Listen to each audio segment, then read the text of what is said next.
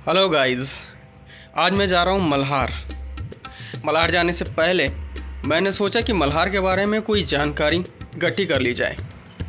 मैंने गूगल में सर्च करना शुरू किया और जो जानकारी मुझे मिली उसे देखकर मैं खुद भी हैरान था। ऐसा कहा जाता है कि मल्हार की कहानी श्री रामचंद्र जी के बेटे कुश से जुड़ी हुई है। श्री रामचंद्र जी के दो बेटे हुए, लव और कुश। श्री रामचंद्र जी ने वानप्रस्थ लेने के पूर्व अपने दोनों बेटों का राज्य अभिषेक किया और पूरे भारतवर्ष को दो भागों में विभाजित किया, उत्तर कौशल और दक्षिण कौशल। लाहौर को अपनी राजधानी बनाकर लव ने उत्तर कौशल पर राज्य किया और कुश जी महाराज ने कुशावती को अपनी राजधानी बनाकर पूरे दक्षिण कौशल पर राज्य किया, जिसे हम कुशावती कह रहे हैं। आज हम उसे मल्हार के नाम से जानते हैं। मल्हार प्राचीन समय में शिक्षा का मुख्य केंद्र हुआ करता था और यह व्यापार का भी मुख्य केंद्र था। गूगल बाबा ने मुझे यह भी बताया कि सोमवंश के पराक्रमी राजाओं ने मल्हार को अपनी राजधानी बनाकर 500 वर्षों तक के यहाँ राज्य किया। इन सभी जानकारियों से मैं इस निष्कर्ष पर पहुंचा कि मल्हार की कहानी पौराणिक काल से जुड़ी हुई है। यहाँ पर मिलने वाली मंदिरें, मूर्तियाँ व शिलालेख इस बात का प्रमाण है।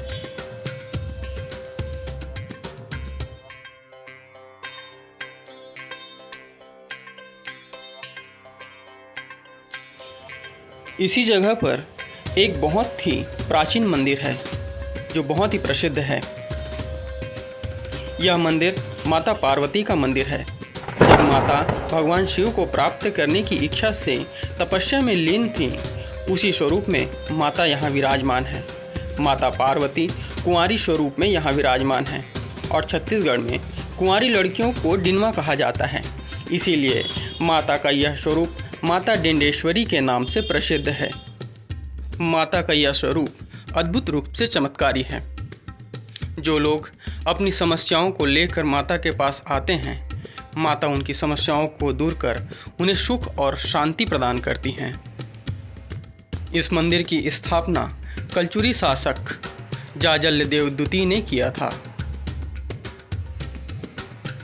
एक प्रकृति प्रेमी होने के नाते मैं ऐसी जगहों में जाना पसंद करता हूँ जहाँ नदी, पहाड़, झरने और प्रकृति के मनमोहक दृश्य मन को मोहित कर रहे होते हैं। मैं जानता हूँ आपको भी ऐसी जगहों पर जाना पसंद है। मैं आपको ऐसी जगहों पर ले जाता रहूँगा और प्रकृति के नज़दीक होने का एहसास दिलाता रहूँगा। इसके लिए आप मेरे चैनल को सब्सक्राइब कर लीजिए, बेल आइकन को दबा दीजिए ताकि जब भी मैं कोई वीडियो अपलोड करूं तो उसका नोटिफिकेशन सबसे पहले आपके पास जाए। पूरे सफ़र के दौरान मैंने जिस प्रसिद्ध और प्राचीन मंदिर की चर्चा आपसे की है, मैं पहुंच चुका हूं उसी मंदिर के प्रांगण पे। चलिए अंदर चलते हैं। तो गाइस, सबसे पहले हम माता डिंडेश्वरी माता के दर्शन करते हैं।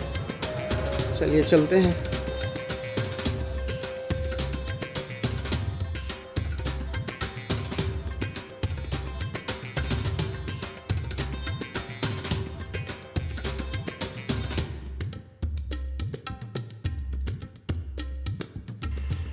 गाइस, आप जो ये पत्थर पर आकृति देख रहे हैं, ये वास्तव में प्राचीन मंदिर का ही हिस्सा है। प्राचीन मंदिर को सुरक्षित करने के लिए उसके ऊपर ये मार्बल लगा दिया गया है।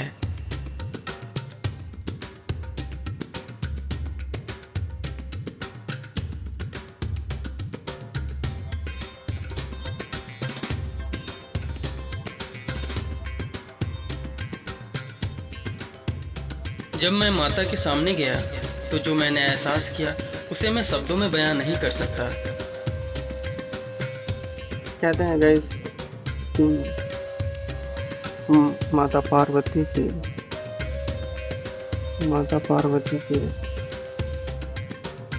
योग मुद्रा की ही ये प्रतिमा है।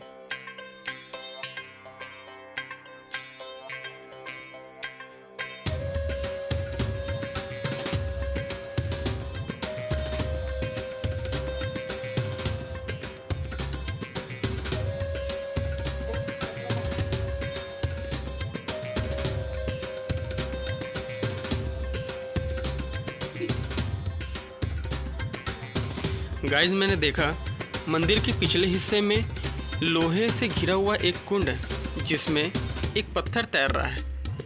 मैंने इसके बारे में जानने की कोशिश की तो पता चला कि ये जो पत्थर है ये राम सेतु का हिस्सा है। मैंने उसे छूकर प्रणाम कर लिया ताकि श्री रामचंद्र जी की कृपा मुझ पर बनी रहे। राम सेतु जो भारत और श्रीलंका के मध्य स्थित है, जिसे श्री रामचंद्र जी ने तब बनवाया था जब वे सीता मैया की खोज में श्रीलंका जा रहे थे।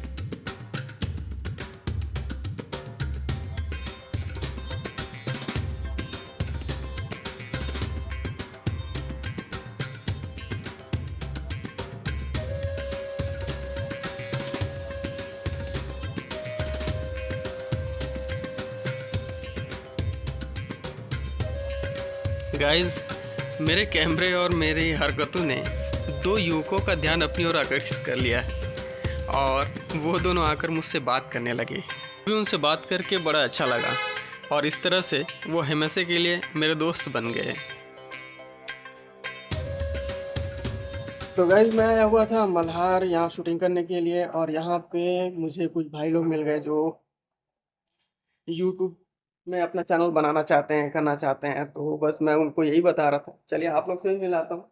तो भाई क्या नाम है आपका? मेरा नाम राहुल है। राहुल। पूरा नाम राहुल रोशन बघेल है। राहुल रोशन बघेल। और आपका? पंकज। पंकज। तो भाई ये पंकज भाई हैं हमारे और ये राहुल भाई हैं और मैं खुद भी एक राहुल हूँ जिसका आप चैनल देखते हैं। तो गाइस यूट्यूब चैनल बनाने के लिए बहुत सिंपल है। यूट्यूब खुद आपको सिखाता है चैनल कैसे बनाना है, मोनेटाइज कैसे करना है कि नहीं। तो बस करना कुछ नहीं है, यूट्यूब को आप कुछ ना कुछ दो, आने वाले समय में वो आपको कुछ ना कुछ देना शुरू कर देगा।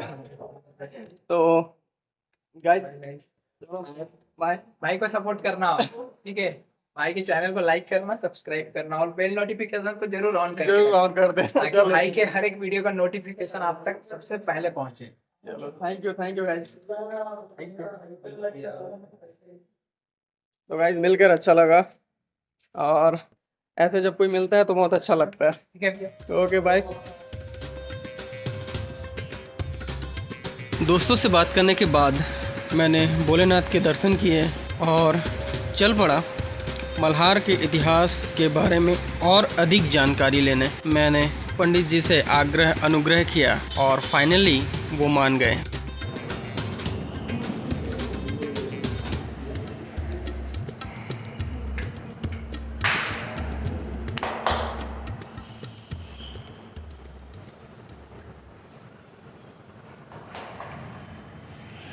पंडित जी राधे राधे। राधे राधे जी। पंडित जी आप यहाँ पे कब से पूजा मेरे कर रहे हैं? को 2 साल हो गए हैं। अच्छा और आपका नाम? गणेश वैष्णव। अच्छा जी मैं यहीं से मल्हार से ही हूँ। अच्छा जी। माता रानी जो है डिन्नेश्वरी माता, ये 10वीं-11वीं शताब्दी की मूर्ति है। ये जाजल राजा जो यहाँ दूती शासन किया करते थे उस समय की मूर्ति है ये काले ग्रेनाइट पत्थर से बने हुए माता की मूर्ति। ये प्रतिमा जो है पार्वती माता की स्वरूप है। डिन्नेश्वरी माता तो हम छत्तीसगढ़ी भाषा में जो बोलते हैं, पहले विवाह नहीं हुए थे तो उसको डिलवा बोलते थे कुंवारी को। तो माता रानी की विवाह नहीं हुई है, इसलिए माता रानी को छत्तीसगढ़ी भाषा में डिन्नेश्वरी माता बोलते हैं। अच्छा ये पार्वती माता के स्वरूप हैं। अच्छा ये जी शिव जी को प्राप्त करने के लिए ना तपो मुद्रा में बैठी हुई है। अच्छा इसके अच्छा जस्ट सामने में पातलेश्वर महादेव मंदिर है, जो अच्छा। पाताल लोक से निकले हुए हैं। हाँ हाँ जस्ट इसके सामने में ही है। तो पार्वती माता जो है शिव जी को प्राप्त करने के लिए तपो मुद्रा में बैठी हुई है। अच्छा। और ये वो मूर्ति है जब मतलब माता पार्वती माता जो है योग कर रही थी शिव जी को प्राप्त करने के लिए। वही तपो मुद्रा में बैठी हुई है अभी भी माता रानी जो है। अच्छा। आँख बंद हुई है।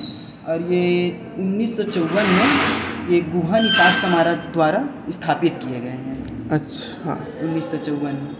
और फिर 1991 में माता रानी की प्रतिमा जो है चोरी हो गई थी। अच्छा ये यूपी चले गए थे। मैनपुरी गांव है, हाँ हाँ वहाँ ले जा कर के रखे हुए थे। अच्छा फिर उसके एसपी परिहार साहब द्वारा जो है वहाँ के सही थे, उसके द्वारा बरामद करा करके पुनर्स्थापना 1991 को 7 जून को पुनर्स्थापना किए गए। ये प्राणप्रतिष्ठा जो है माता रानी के सामने जो भी श्रद्धालु आते हैं, जो भी मनोकामना है उसके माता रानी जो है अवश्य पूर्ण करते हैं। अच्छा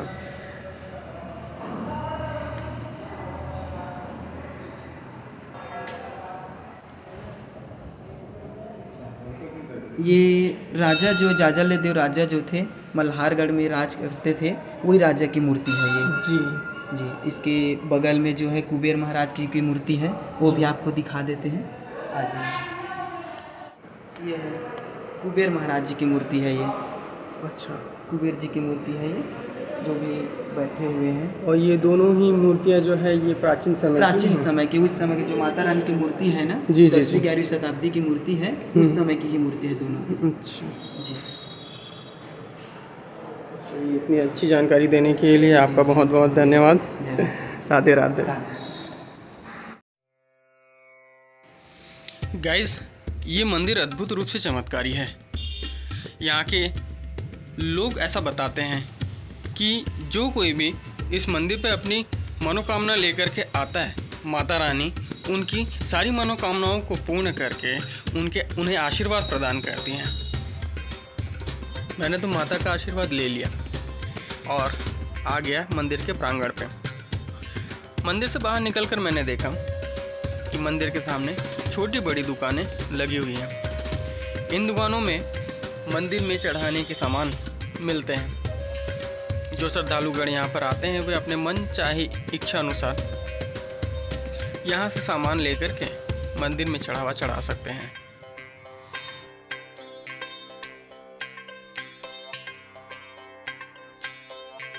इसके बाद मेरी नज़र पड़ी मंदिर के सामने वाली तालाब पर। गैस, यहाँ पे कुछ लोग नहा रहे थे। उन्हें देखकर मेरी भी इच्छा हुई कि मैं भी यहाँ पे स्नान कर लूँ, लेकिन फिर याद आया कि टावल वावल तो कुछ मेरे पास है नहीं।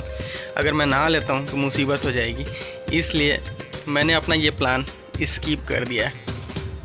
लेकिन गाइस, मंदिर के सामने होने की वजह से ये तालाब बहुत ज़्यादा ही सुंदर लग रहा था।